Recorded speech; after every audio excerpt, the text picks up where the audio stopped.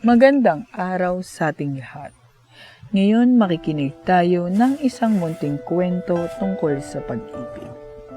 Ako nga po pala si Kuya A. Dear Kuya A, nais ko po sanang ibahagi sa inyo ang aking munting kwento tungkol sa pag-ibig. Itago niyo na lang po ako sa pangalang Saling. 13 years old na po ako. Noong ako ay nasa second year high school, may araw akong hindi makakalimutan. Ang araw na nag-swim kami.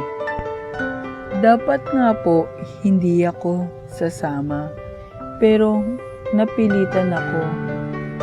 Nung papunta kami sa resort, umuulan pa ito. Dapat nga, hindi na lang ito itutuloy. Pero napag-isip-isip namin, sayang naman ang nagastos. Kala namin puro babae lang kami at isang lalaki.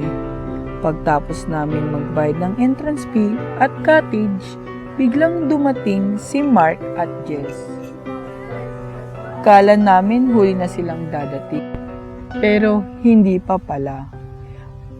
May dumating pa si Shane at Robs. At hindi namin kilala yung isa. Ang sabi ni Shane, pinsan ko yan.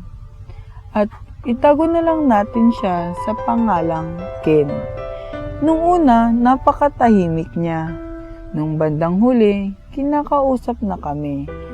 Ang una nga niyang kinakausap si Danny. Habang nasa iba, kaming pool at sila naman ay nasa pangbata na pool. Nung pumunta kami, umalis silang dalawa at tinanong namin kung anong pinag-uusapan nila. Ang sabi ni Danny, kung pwede daw manligaw. Yun, binaliwala lang namin pagkatapos namin kumain.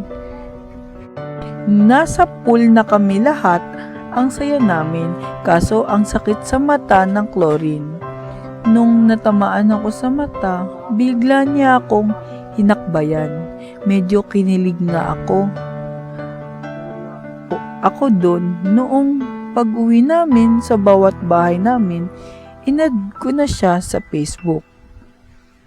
Tapos, sinabi niya sa akin sa chat na kung pwedeng maligaw, sabi niya ko sa kanya 1 month bago kita sagutin. Hindi ko alam kung ano ang reaksyon niya sa sinabi ko. At habang magka-chat silang dalawa ni Desu, dami niyang tinatanong about sa akin. Sinasagot naman niya. Hindi nga lang sila magka-chat, magka-video call pa. Nung una, masipag silang mag-chat. Ginagamit pa nga ni Desu yung FB account ko.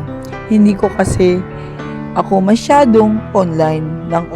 Lahat naman sinasabi ni Ken, sinasabi sa akin ni Desu. Nakakakilig nga po eh. Isang araw na lang po, bigla niya akong in-unfriend. Hindi lang ako, pati yung mga classmate ko na friends niya. Si Desu nga binlock niya pa. Gumawa siya ng paraan at nalaman ni Desu kung bakit ganun na lang makapag-unfriend si Kenneth. Yun pala, may nililigawan na siyang iba. Itago na lang natin siya sa pangalang Irish. Maganda naman daw, pero hindi namin alam kung ano ang ugali niya. Kung mabait ba siya o mayabang. Sabi ni Desu, mabait naman, kaso nagkagalit din sila ni Ken. Hinayaan na namin si Ken. Tapos ng lahat ng ginawa niya, Kuya A, may last message pa po ako sa kanya. Salamat sa pananakit mo. Sana alam mo kung gaano ako nasaktan.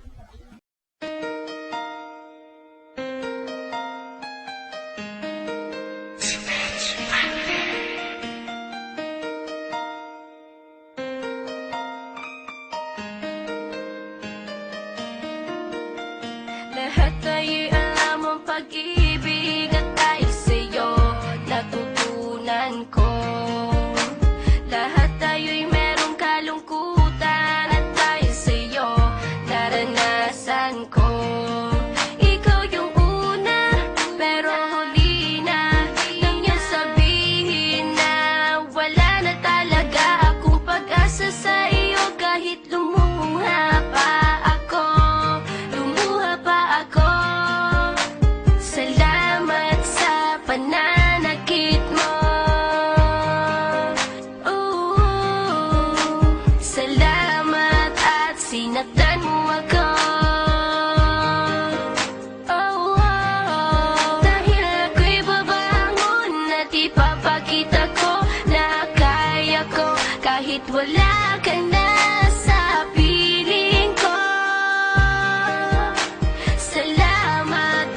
sinagdan mo ako.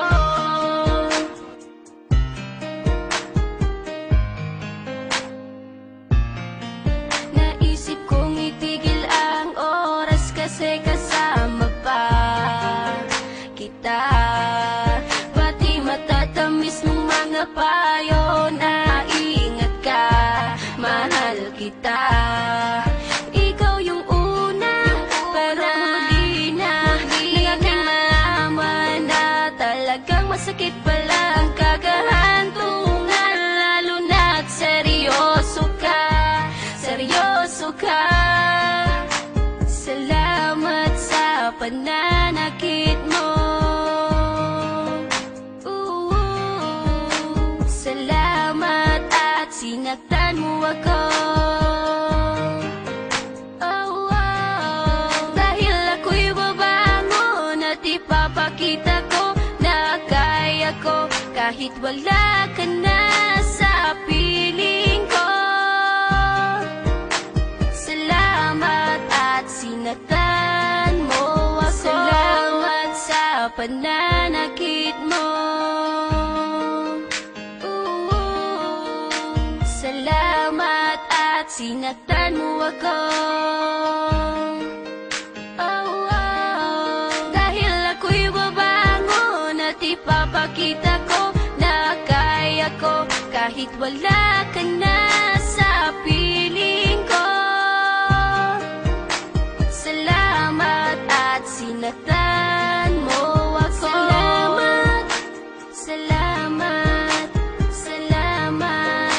salamat sa iyo. Salamat, salamat, salamat, salamat.